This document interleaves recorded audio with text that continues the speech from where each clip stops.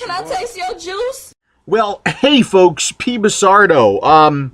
So the Vox 50 review is out there now, and I always get concerned when I put a thumbs down on a video, but I am very happy to report that the folks from Vaporify have already contacted me, and they thanked me for the video, and they are going to work very, very hard on getting all of those issues addressed. See, that is a good a sign of a good vendor, in my humble opinion, anyway.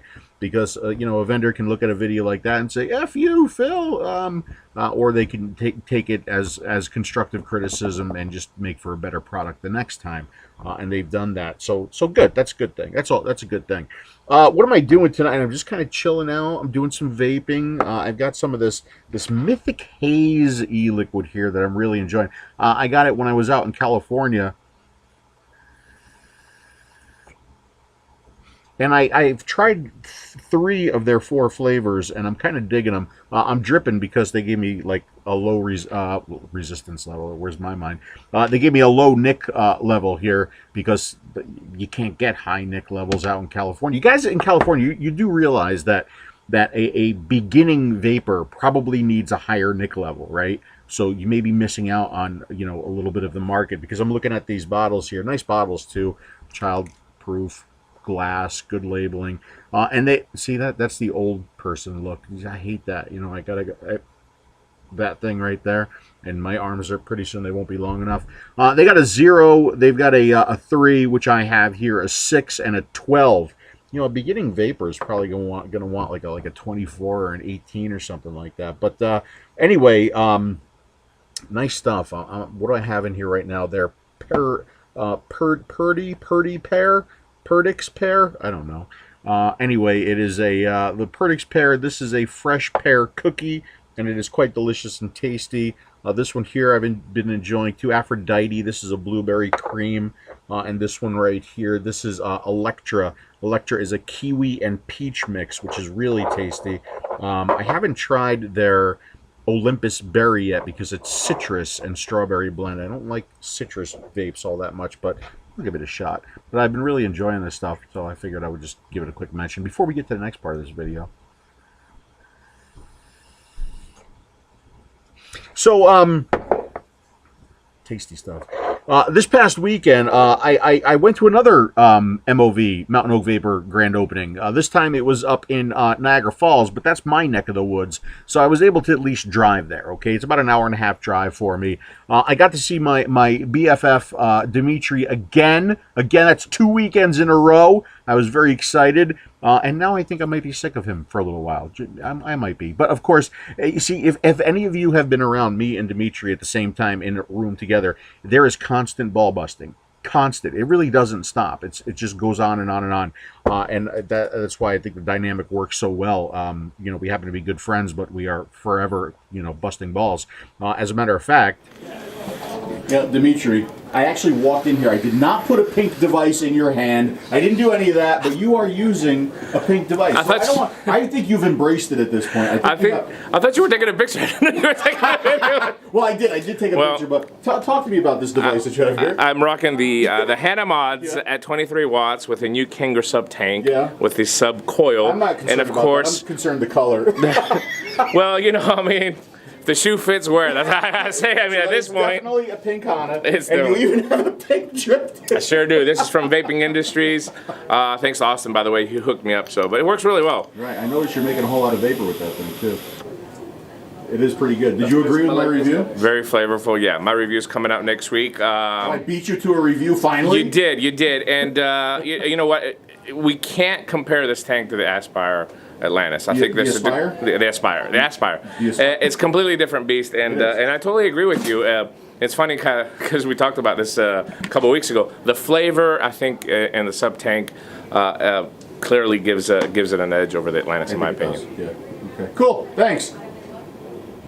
Peace out. Peace out, my brother. Dimitri throwing the gang signs up there. Let's see. So yeah, the Niagara Falls location a little bit smaller than the Florida Oviedo location, so it got really crowded in there. I don't have any pictures of it really crowded, probably because I was busy talking to people and hanging out and chilling with some vapors. But it got really crowded. I just have a couple other photos here to show you. I didn't take a whole lot of pictures at this one. I'm slacking. Sometimes I slack. Sometimes I just go and have a good time, and I slack. Let's see, what else am I vaping here tonight? I'm vaping this right here in the K-Fun V4 with the Pro Vari.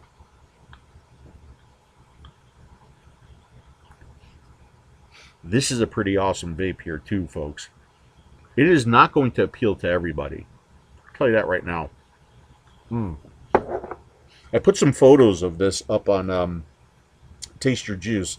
This is that new 5 Pawns, that new one that they just released. What is it? Black Flag Fallen? Yeah, okay. So it's like a, and it has a coffee bean floating in it right there. You can't see it. But I could read the description for you because this is the nice box that it came in right here. The description is pretty cool, just like all of their stuff. Their descriptions are always cool. The decadent, bold, yet multi-layered liquid is almost more reminiscent of an espresso-based dessert than your traditional tiny cup of Italian coffee. I'm Italian. The finest quality espresso beans allow for a multitude of subtle flavor notes. Notes in Black Flag Fallen include English toffee, black truffle cream, chocolate, honey, black walnut, and espresso. Once again, just very well presented, very well described. What do I get from it? It's definitely primarily a coffee vape. This isn't an official review. This is just me talking about it because there's a lot of kind of hype around this liquid. They age it in a stainless steel container too. In the dark. Well, if it was in stainless steel, it would be in the dark. So it is going to be pretty steep for you. This is, the more I vape this, the more I love this. It's predominantly coffee. It has sweet notes to it as well. It almost has like this, like acidic inhale. When you inhale it, it's like this sharp acidic thing going on that's kind of unique. I get the, I definitely get the espresso. I get the toffee in it. It's nutty without a doubt. And the thing I noticed right away is, and this is where I think it won't appeal to everybody out there, it's got this funky earthiness to it, okay? And I think that's where the truffle cream is coming in. But I'm really digging that one. Another cool product or another cool flavor from 5 Pawns there. I am not here to talk to you about 5 Pawns or Mythic Haze or Dimitri and his pink Hana box. Oh no, I finally got a chance to meet Dr. Farsalinos this past weekend because he was up there too. He was in between. I know he had the TMAs, he had the FDA work session, so he was in between things and he was able to go to that event. And he was there, and I got a chance to interview him and talk to him and thank him for the work that he does for us as vapors. He's made my life a whole lot easier. I'll give you one example, and I actually talk about this in the interview. But that Japanese article that came out that said there's like 10 times the level of whatever it is in e-cigs than found in regular cigarettes, and he wrote a kind of a follow-up or a rebuttal to that study, and he gave me the link to it, and it was very easy because I got like, I don't know, 20, 30, 40, 50 emails that came to Phil, what do you think of this? What do you think of this? What do you think of this? And I was just able to copy his link and send it back and say, well, here's the truth, here's the truth, here's the truth. So yeah, he does a lot for us and for vaping. And he's got a study underway right now that we finally got crowdfunding for. So what kind of guy is he? Because I try to understand the person behind, because I mean, with Dr. F, you get all kind of straight interviews and always just giving, information off of the studies and what's going on and everything, right? But come to find out, he's just like the rest of us, okay? You can joke around with him, you can laugh with him. He's very gracious in answering your questions. As a matter of fact, when you have a question, he will begin to talk, and at times he will leave your head spinning. You start to realize like how little you know compared to how much he knows about, the subject matter. It kind of reminded me of Mike a little bit, Zen, right? That kind of person where he will just talk and talk and talk and talk, and you'll get a whole lot of really, really good information, and some of it will go like that. But he was very gracious in answering all of my questions and all of the questions from all of the other folks who were there. So thank you, Dr. F, again for everything that you do and for this little interview that you're about to see right now.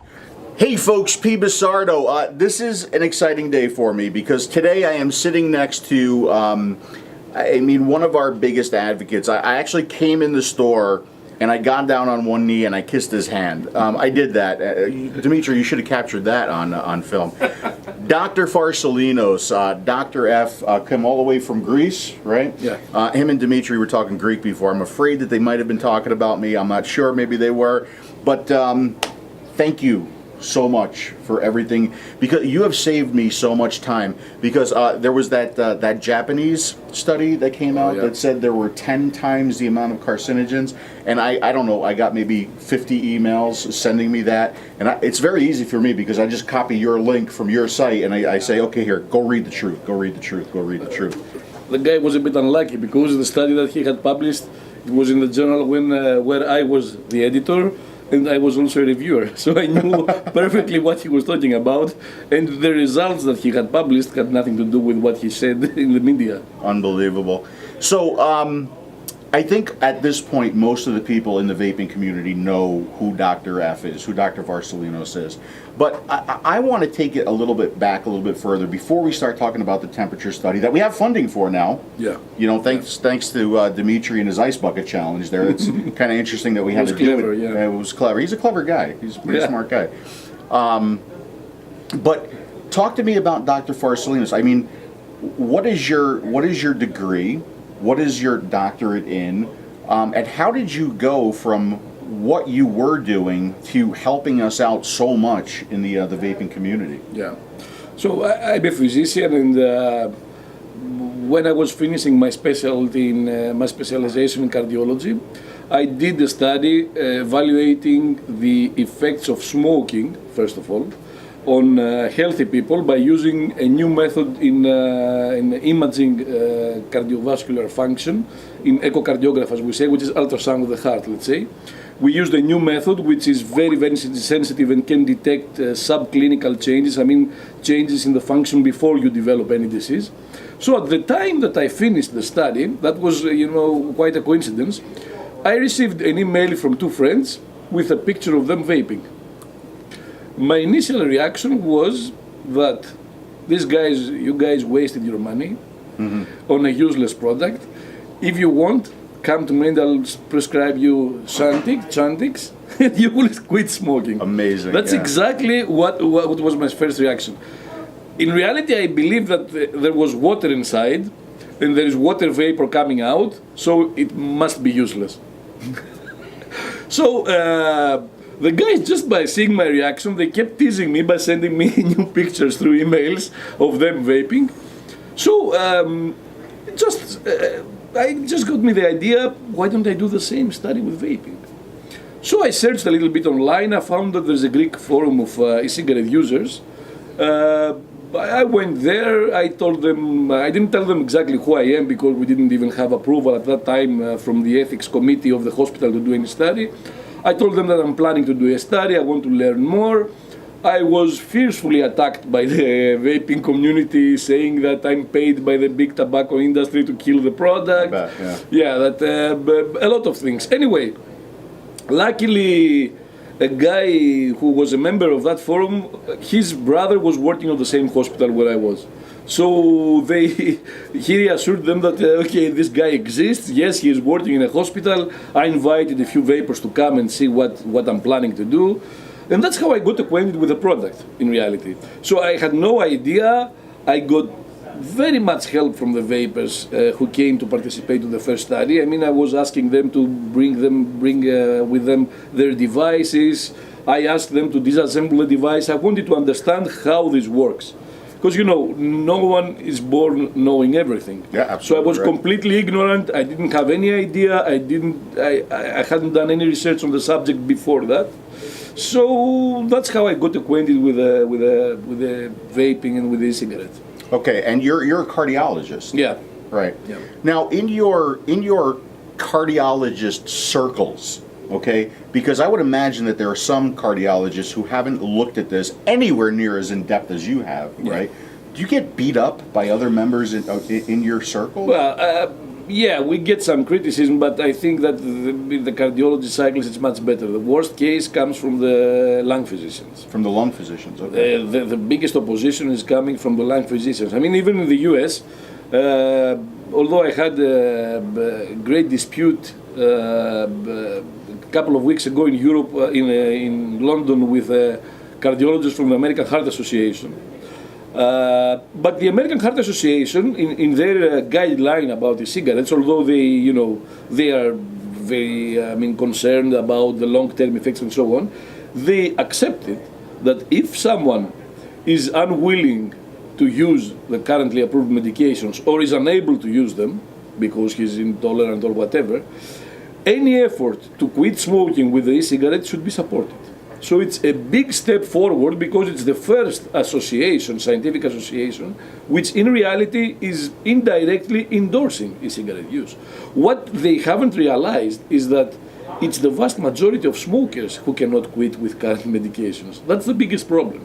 We know that even in the most carefully planned trials, the success rate of the oral medications is less than 20%. For NRTs, it's a disaster. I mean, it's less than 7%, and a lot of people say that NRTs have absolutely no effect, and only behavioral counseling is having any effect.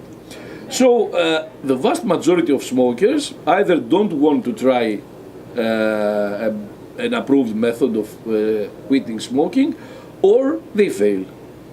So we are talking about, and that's why the cigarette exists in reality. For all these people, they are the vast majority of smokers. Right. Yeah. Right.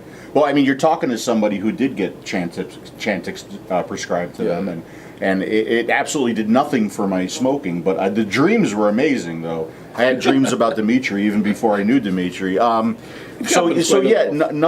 worked for me. The patch didn't work for me. The gums didn't work for me. But it's this thing, right? It's the oral fixation. It's the whole act of bringing this up to my mouth and seeing the vapor come out. That did work for me. So, Dr. Farsalinos, now, were you a smoker before? Are you a vapor now? I mean, what's the history there? Yeah. Yes, I was a smoker. I was a smoker since the age of 18. Until almost 3 years ago.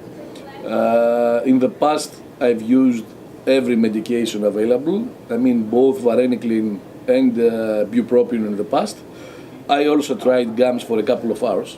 I threw them away from the window. I was in the army at that time, and I threw them away from the window. So no good there. I was able to quit smoking with the oral medications for 3 to 5 months. Okay. But I relapsed.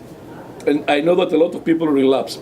And that's, one reason why when we measure smoking cessation, we don't measure it at the time that we are taking the medications. We are measuring at 1 year. Because many people succeed in quitting, but the vast majority of them relapse. So we are seeing for the first 1-2 months maybe a 50% success rate, but it gets to less than 20% on 1 year. There's a huge relapse rate. So yes, I was a smoker, and I was a smoker when I started performing the first study on electronic cigarettes. I tried the electronic cigarette after I got the first results of the analysis of the data from the first study. And you felt better about it at that point. Yeah, when I saw the first results, I decided to use them. I was lucky enough because I got a lot of information from the vapor, so I started with a variable voltage device at that time, 2012. Yep. And I managed to quit on day one. And I'm smoke-free for the last 28 months. 28 months. Yeah. Congratulations. I haven't smoked, I haven't taken a single puff. And I don't feel the need to smoke. Right. Yeah, I mean, I quit for, my longest period of time quitting was for a year. I was able to quit for a year. Mm-hmm. My grandmother passed away, right back to it. So yeah, the relapse. So you are probably one of the most published scientists in our arena, really, in the the vaping space. And maybe not a lot of people know that you do have a website, and a lot of your studies are published on the website.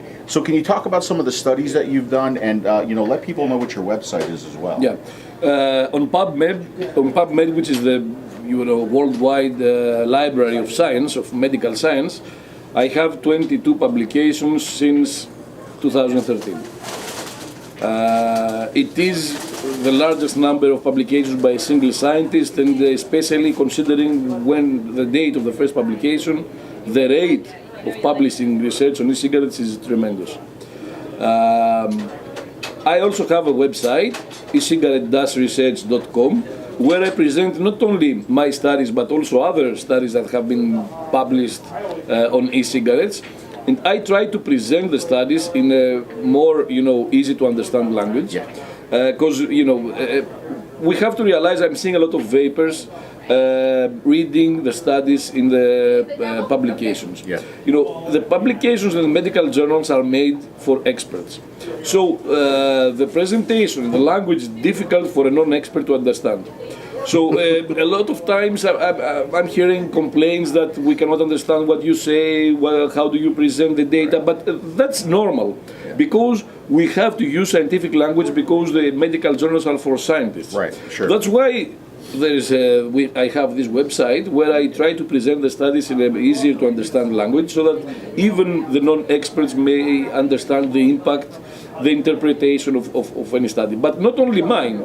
I mainly focus on every other study published on e-cigarettes, news media reports, because we're seeing also the signs of press statements nowadays with e-cigarettes. Right. It's a new scientific field, the field of press statements, which in most cases have nothing to do with the results of the studies. But it's a nice strategy, when you want to aggressively attack the e-cigarette, because we know that journalists will not read the study, will not read the results. Everyone is reading the conclusion, one or two sentences, Sure. and of course the press statement.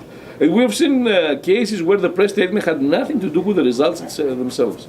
Right. It's amazing.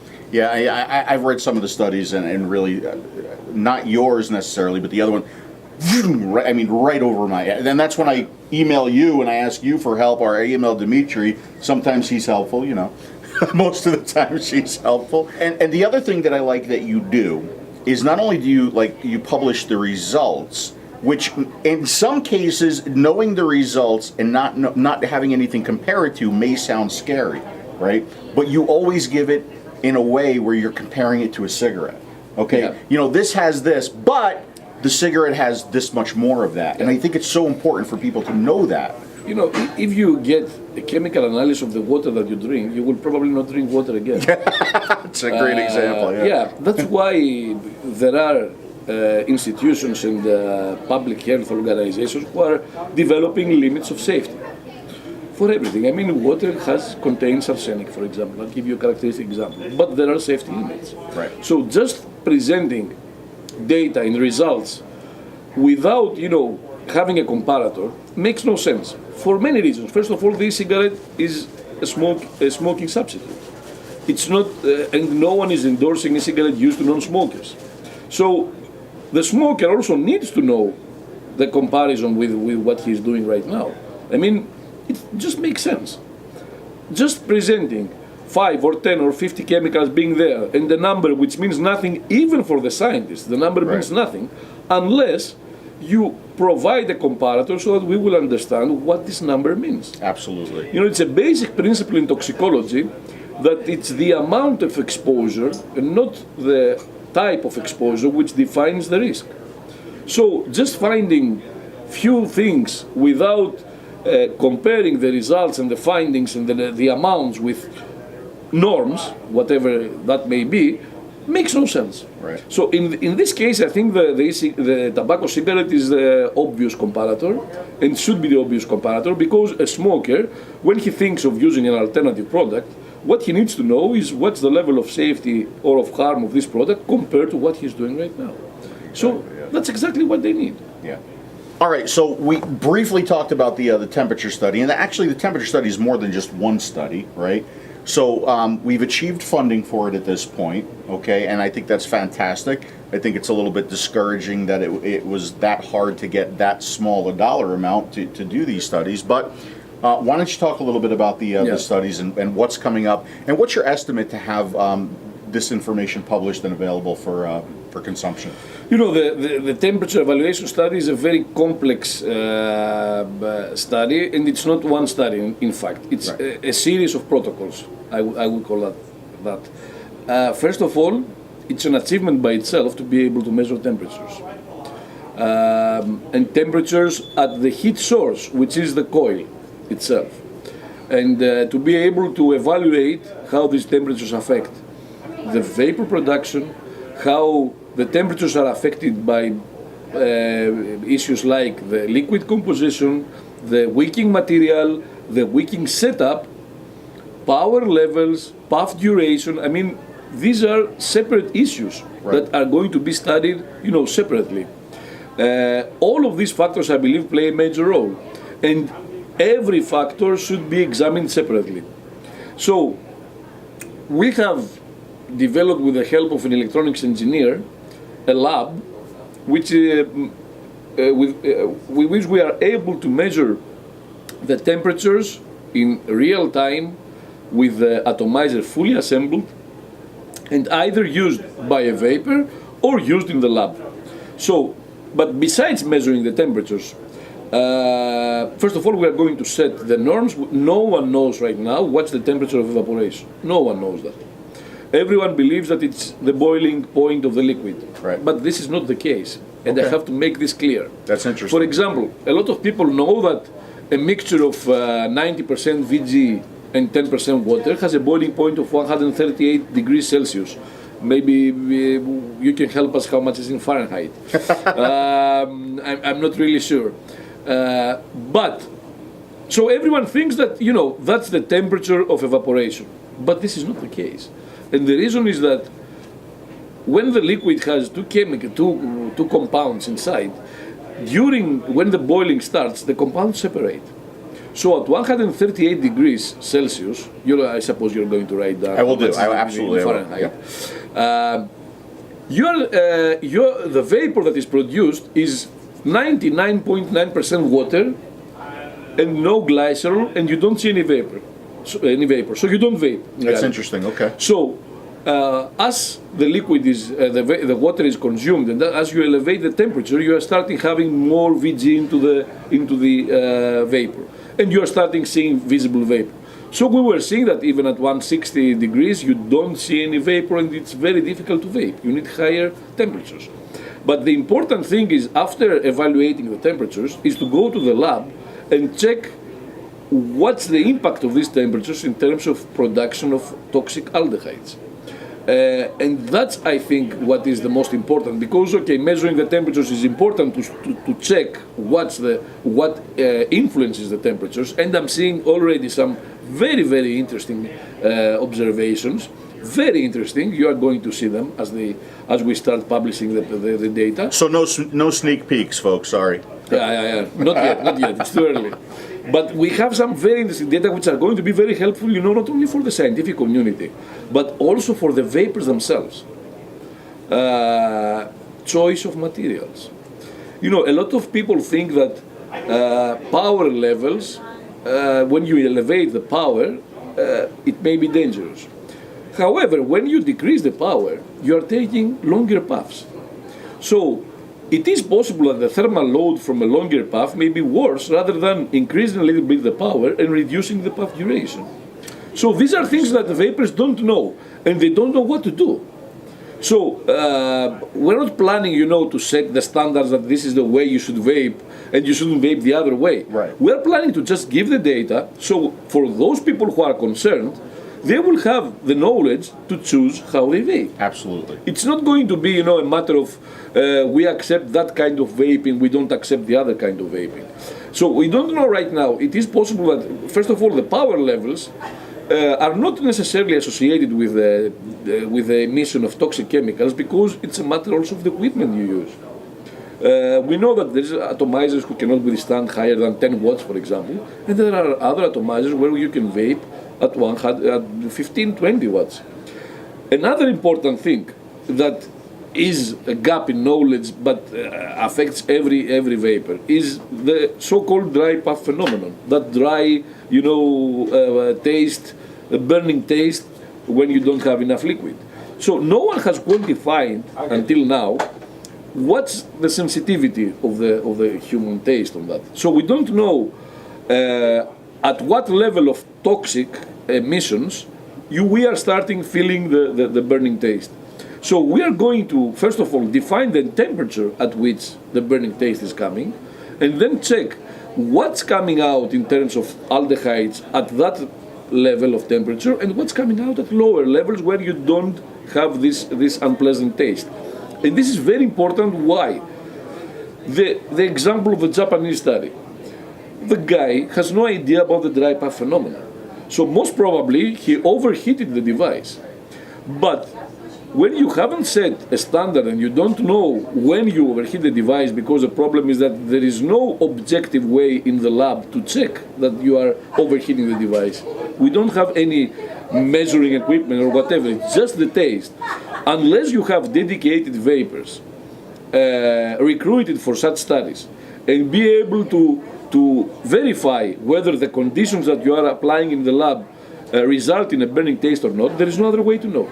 So in our studies in the lab, we are going to have experienced vapors who are going to guide us in every step whether the conditions that we replicate in the lab are associated with dry puff or not. And this is important because we want to quantify the dry puff. How many aldehydes are released at the dry puff? How many aldehydes are released before that? What's the gap? What's the difference? I mean, it's just merely quantifying the sensitivity of the human taste, because this is a defense mechanism in reality. So we are having a defense mechanism against the overheating. We don't know how sensitive it is. It seems to be pretty consistent. I've done studies and I asked several vapors to vape under dry puff conditions, and everyone understands the dry puff condition. But we don't know how many aldehydes are released there, how many aldehydes are released before. So this will be a protocol by itself, The wicking materials, as I said, the wicking setups, they are going to be separate issues. The thermal load, the dependence of power on power and on puff duration is also a separate protocol. We are now doing a clinical study in which we evaluate under realistic conditions the puffing patterns of experienced vapors.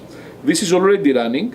We are giving them devices with which we can record the puff duration, the puff, the number of puffs.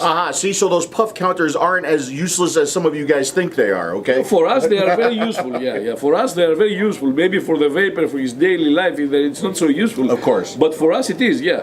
Because we can measure and evaluate the puffing patterns in their daily life, Right.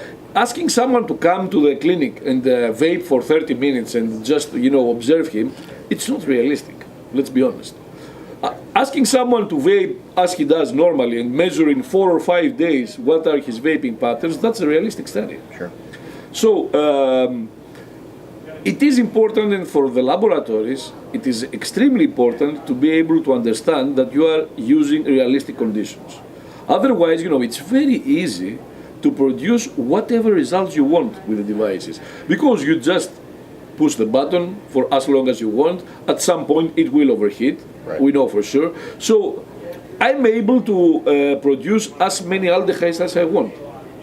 I can just leave it a little bit dry, I can just use it for a longer time, have a wick which is inefficient. I can do anything I want, but it doesn't make any sense to produce such results because no one is vaping like this. Right. So no one is in reality exposed to such level of chemicals. I don't believe that any vapor can be exposed to the levels that the Japanese guy said. I'm sure it's overheating. We are going to replicate that. I'm sure no one would withstand that. I don't know what went wrong. Probably the equipment there was a problem with the equipment, lack of liquid. Many things can go wrong, And that's why he shouldn't present his data in such a way, because first of all it was one of the many devices he tested. we never make conclusions based on extreme cases. So there was an intention, I don't know what, to create that panic. That's my opinion. So let me ask you some questions about the study because, I'm being asked questions about the study. I think the study is important for the reasons that you said, to give the information out there to the vapors, for them to make more educated decisions on how they vape. Or we can't hold anybody's hand if they choose to ignore the information. That's of course right. Okay. But so I know that there are devices coming out. We started out with 20 watts and 30 watts and 50 watts. We're seeing 100 watts, 150 watts. We're seeing 200 watts. We're seeing 260 watts. Okay. Yeah. So are you going to? You're not evaluating the devices. I understand that, but are you going to evaluate how those devices affect what's being produced? Yeah, it is our plan after we finish. With what I consider conventional vaping, or the most common type of vaping. Yeah, I'm not saying the good or the bad. I'm not characterizing anything as good or bad, or appropriate or inappropriate. I don't do that. Right. We plan to expand the study to very high wattage devices. You're talking about cases probably of direct lung inhalation, because we're also going to test wattage levels here. Right. We're going to go to 15 or maybe 20 watts. But we're going to test, the pattern of use, which is similar to smoking. Take a puff and hold it in your mouth, and then inhaling it. Okay. There is another type of vaping, which is the direct lung inhalation, and probably you refer to that because I know that all these high power levels are associated with direct lung inhalation. Right. Of course, and that's something that you need to have knowledge.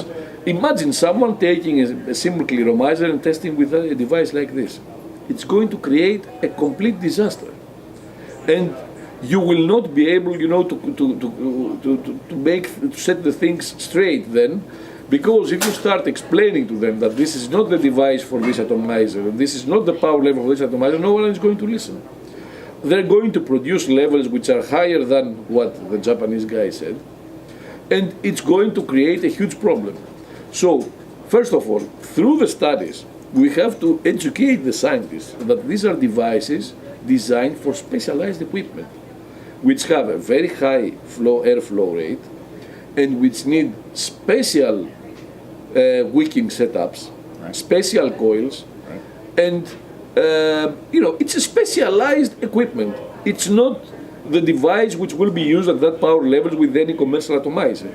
So first of all, such a study is going to be, a good opportunity to educate them and to, avoid any mishappenings in this. Because I suspect that some people are going to try to get these devices, test them with commercial atomizers which no one is using at that power levels, right. And it's going to create a big mess in the media in the same way that it has been created previously. We have the examples. I believe that it's very important to do that. We will try to do that with the money that we got. You have to understand that the level of funding is so minimal, what we got, that I'm going to give you a characteristic example. There's a university here in the US, the University of Arizona, if I remember well, which got $2.7 million of funding for what? To search on YouTube, Facebook, and Twitter to check the patterns of e-cigarette use by consumers. Give that number again. What was the number again? They got 2.7. That's public knowledge. It's not inside information. Right. $2.7 million just for looking at the internet, and we got 72. It's more about $80,000 to do what?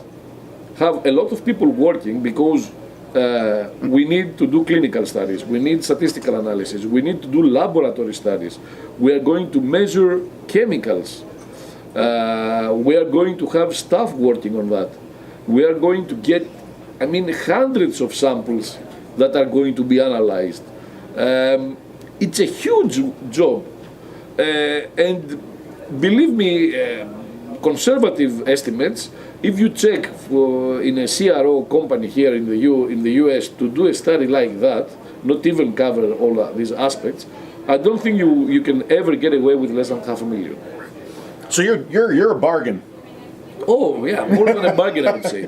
More than a bargain. Okay, so just to clarify, those high wattage devices, they're not necessarily going to be a part of this study, but you hope to expand maybe in the future and look at some of those and look at that direct lung inhale and that like method or form of vaping. We will try to integrate also this type of vaping into this study. Oh, good, okay. I'm not sure we have enough funds to do that. I mean, we will start with a more conventional, let's say, way of vaping. If we have enough funds, we are going, and I'm planning for the future in any case that we need to do that because it's growing. We have to accept that. It's growing. It is. And it's good for the people to know.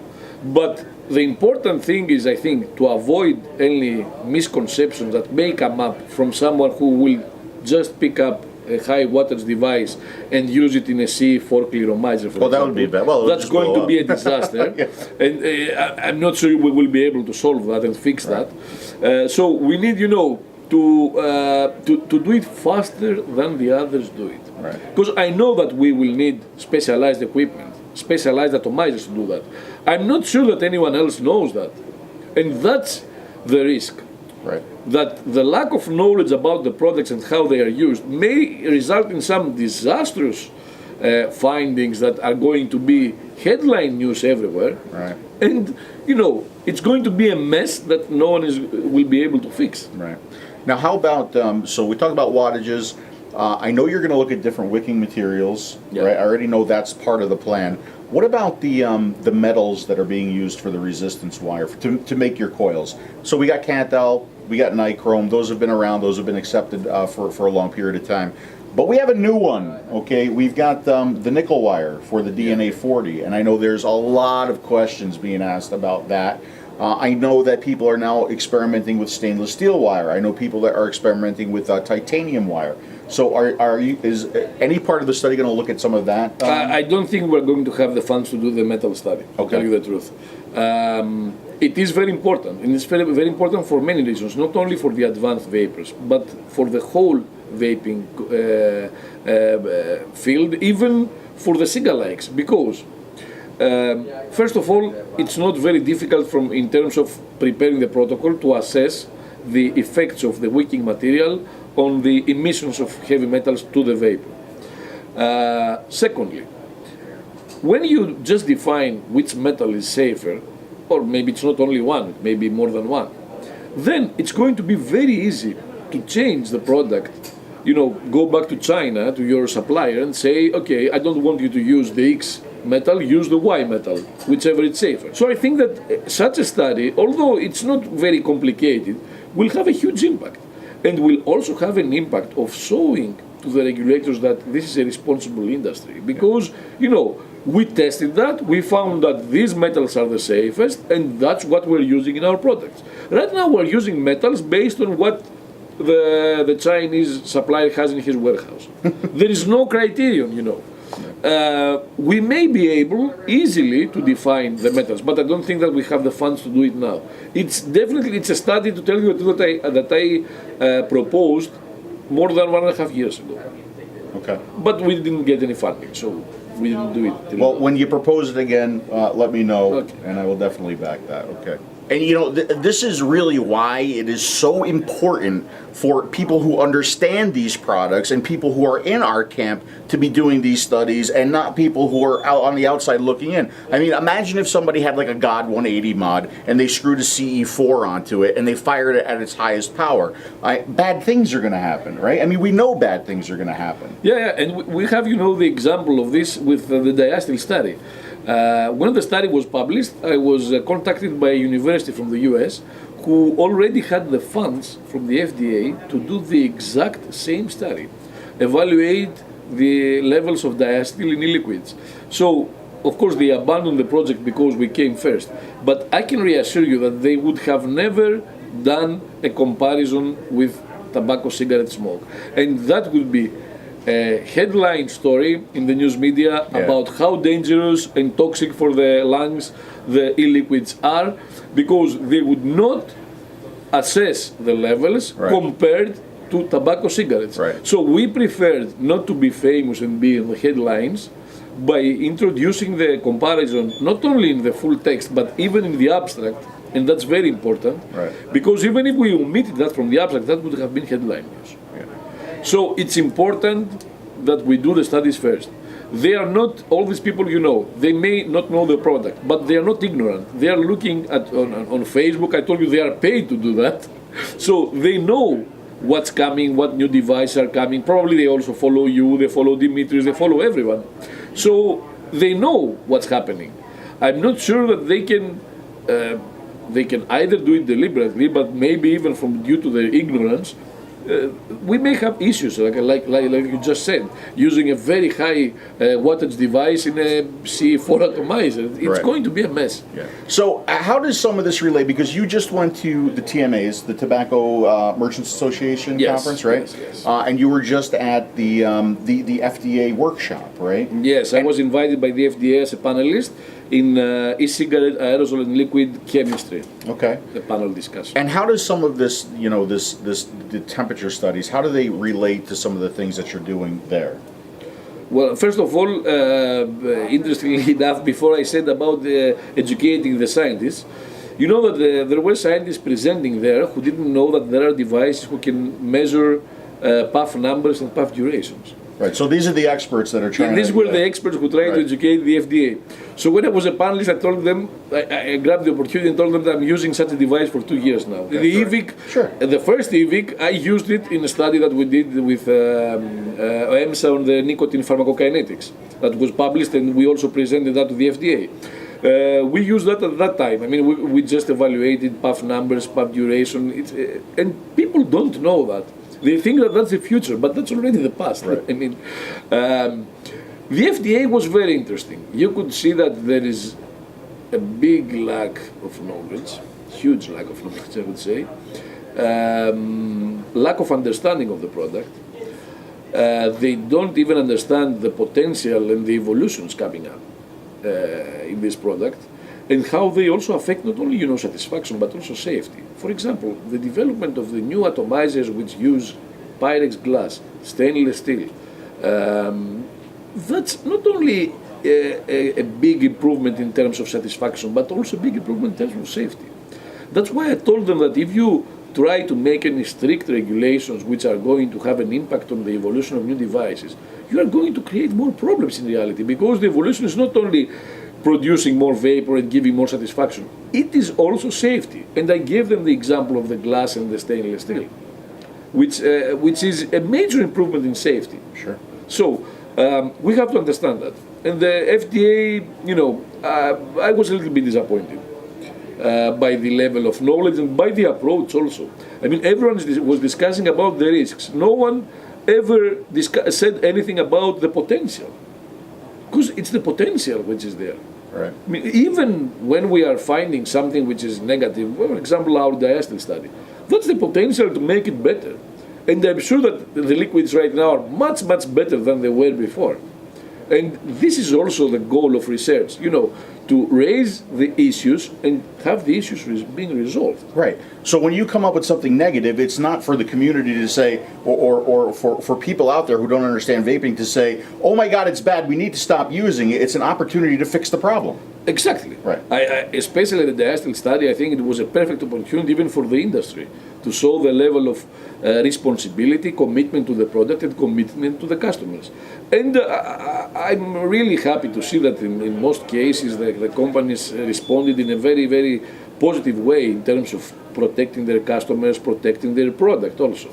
And I think this will create a record of responsibility shown by the industry, which plays a major role, in the regulators, because the regulators want to see a level of responsibility.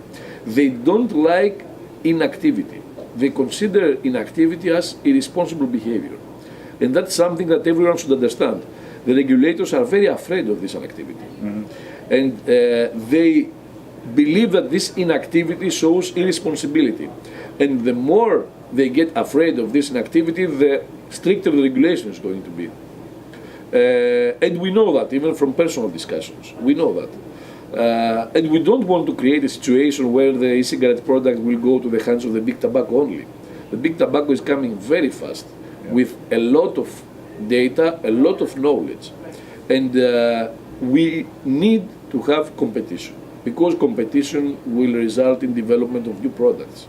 And better products. Of course, the big tobacco industry is welcome to come, but not have the whole industry in the hands of the big tobacco. That's going to be a big problem with this cigarette. It will in reality kill the product.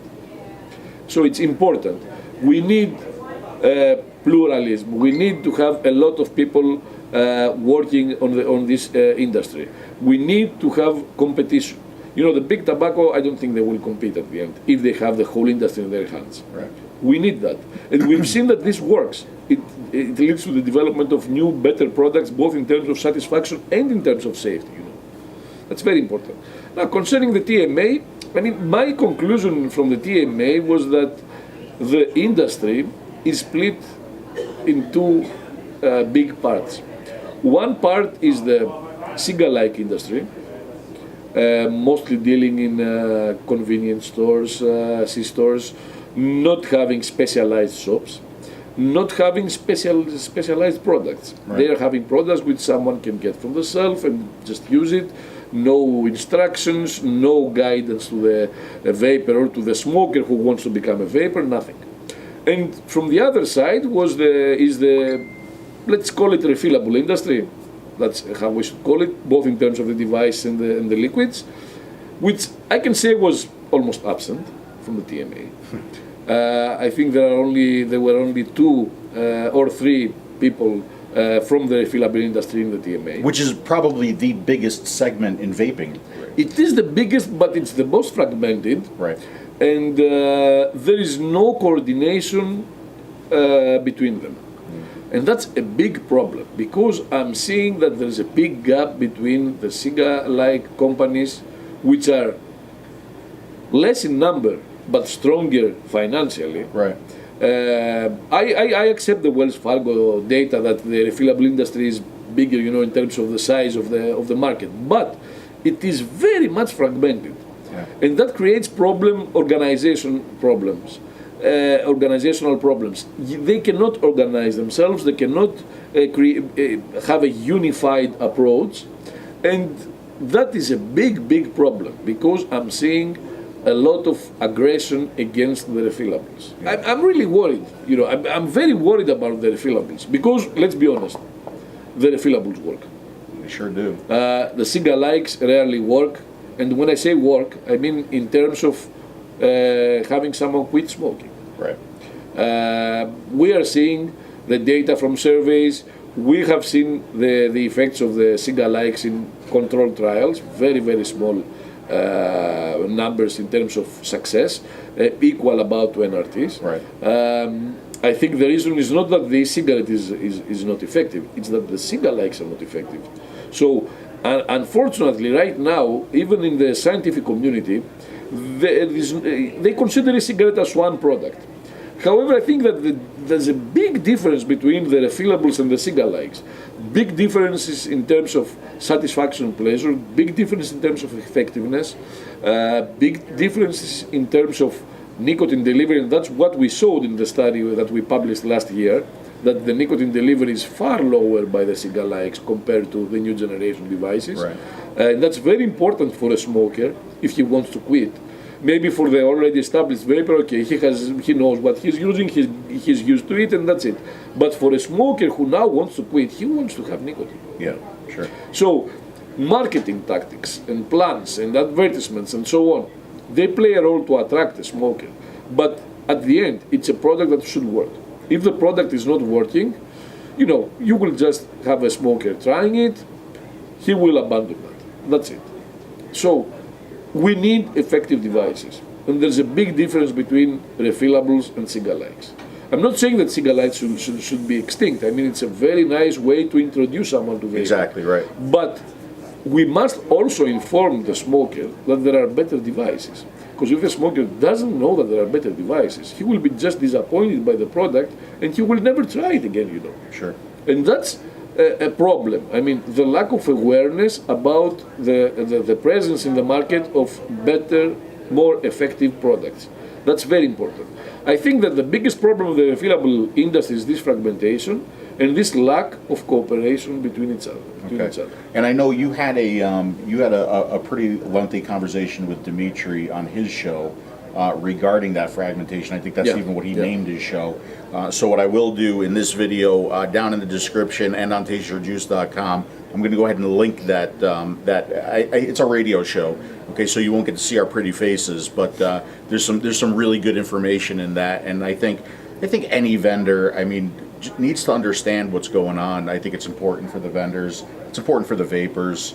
I think you're important for the vapors, and I mean, I can't thank you enough for the things that you're doing. I just look at these silly products, right? I don't do the important stuff. You guys are doing the important stuff, and I am forever grateful for that. So on behalf of myself and, you know, my viewing community and vapors everywhere, thank you so much for what you do, and continue to help us out because we need you. I'm really glad meeting you. It's a great finally in person. We've been in contact several times before, but very nice meeting you in person. Thank you for this opportunity to address once again the vapors. My best regards to all the vaping community, and don't go back to smoking again. That's my message. Absolutely. Thank you, Dr. F, and to all you guys out there, thanks for watching, and we'll see you again soon. Can I taste your juice? You know what I don't like about having you here? Dimitri bought you that cup of coffee, didn't he? Yeah. Yeah. I had to ask for mine. Yeah. Usually when you're not around, I'm like number one in his eyes, but apparently you have taken over that spot. So, yeah, it'll be nice to have him back to myself when you're gone. I'm just letting you know.